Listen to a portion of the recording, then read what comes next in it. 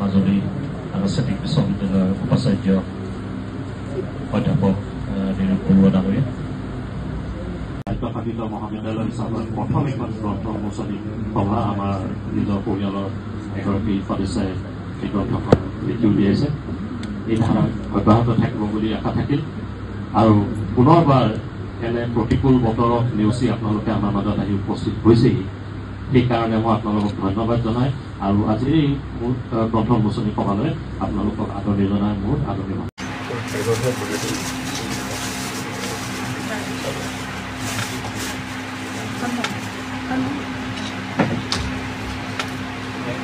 Archaeology of the Northern Bank of Upper Brahmaputra Valley.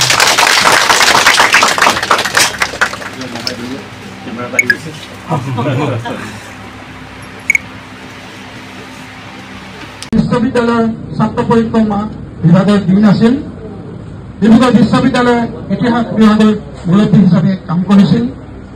Dibrugarh বিশ্ববিদ্যালয়ৰ দূৰ শিক্ষা সঞ্চালকালয়ৰ সঞ্চালক হিচাপে কাম কৰিছিল।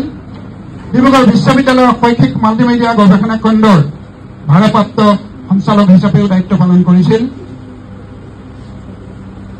ডিব্ৰুগড় দূৰ শিক্ষা লগতে আজি গ্ৰন্থ উন্মোচন কৰিলো ডক্টৰ স্বপ্না কাকতি প্ৰভূত তেখেতৰ বোধহয় ইয়াত পৰিয়ালবৰ্গও আছে আৰু লগতে এই মহাবিদ্যালয়ৰ বিষয়া কৰ্মচাৰী আৰু মৰমৰ ছাত্ৰ ছাত্ৰীসকল। গ্ৰন্থ উন্মোচনী সভা হলেও প্ৰথমতে মই মহাবিদ্যালয়খনক স্বাগতম জনাইছো, কিয়নো ৰিচেণ্টলি গট অট'নমাছ ষ্টেটাছ।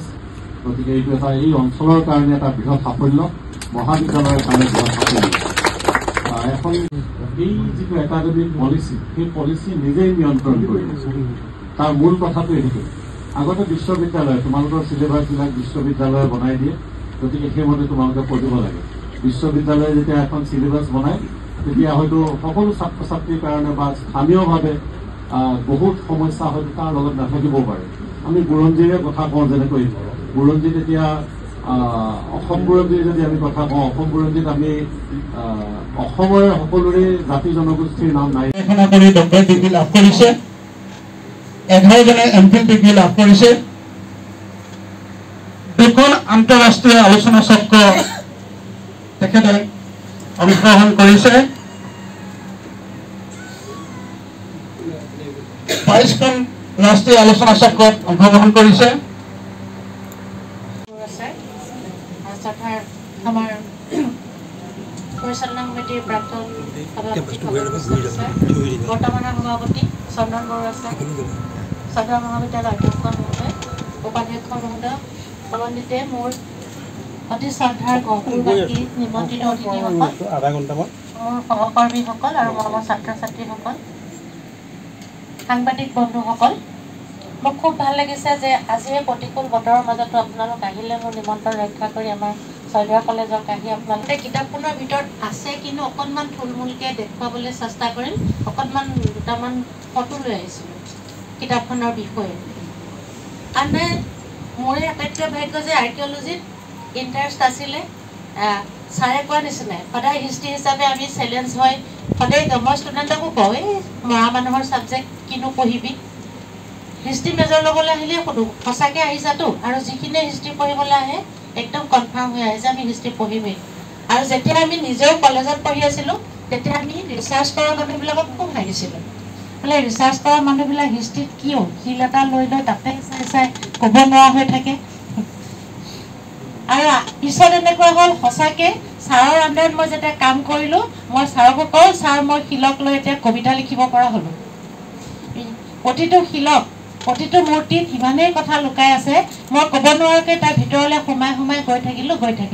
ইলানী থান যিটো গড়গড় বুলি কৈছিলে, দুভাগ কৰি এভাগ বিপদত থাকিলে আৰু এভাগ চাৰিঙীয়া গাঁৱত গ'লে। চাৰিঙীয়া গাঁৱত যিটো দেৱীক গা ধুৱাই, এইটো সময়ত চাগে গা ধুৱাই আছে, 12টাৰ আগত ধুৱাই। দেৱীক গা ধুৱাবলৈ যিটো পাত্ৰ লয়, তেওঁলোকে বাকেটত নুধুৱাই, ভিংগাৰ বুলি কয়, তাৰ ওপৰত এটা লিপি আছিলে। তাৰ বৰঠাকুৰ, দেৱেশ্বৰ বৰঠাকুৰ ছাৰ আছিলে। ছাৰক মই গৈ ক'লোগৈ, ছাৰ মই কিন্তু ৰিচাৰ্চ কৰিবলৈ আহিছোঁ, মোক বস্তুখিনি দেখাব লাগিব। ছাৰে ক'লে পূজা সেৱা শেষ হোৱাৰ পিছত আহিবা, মই দেখাম।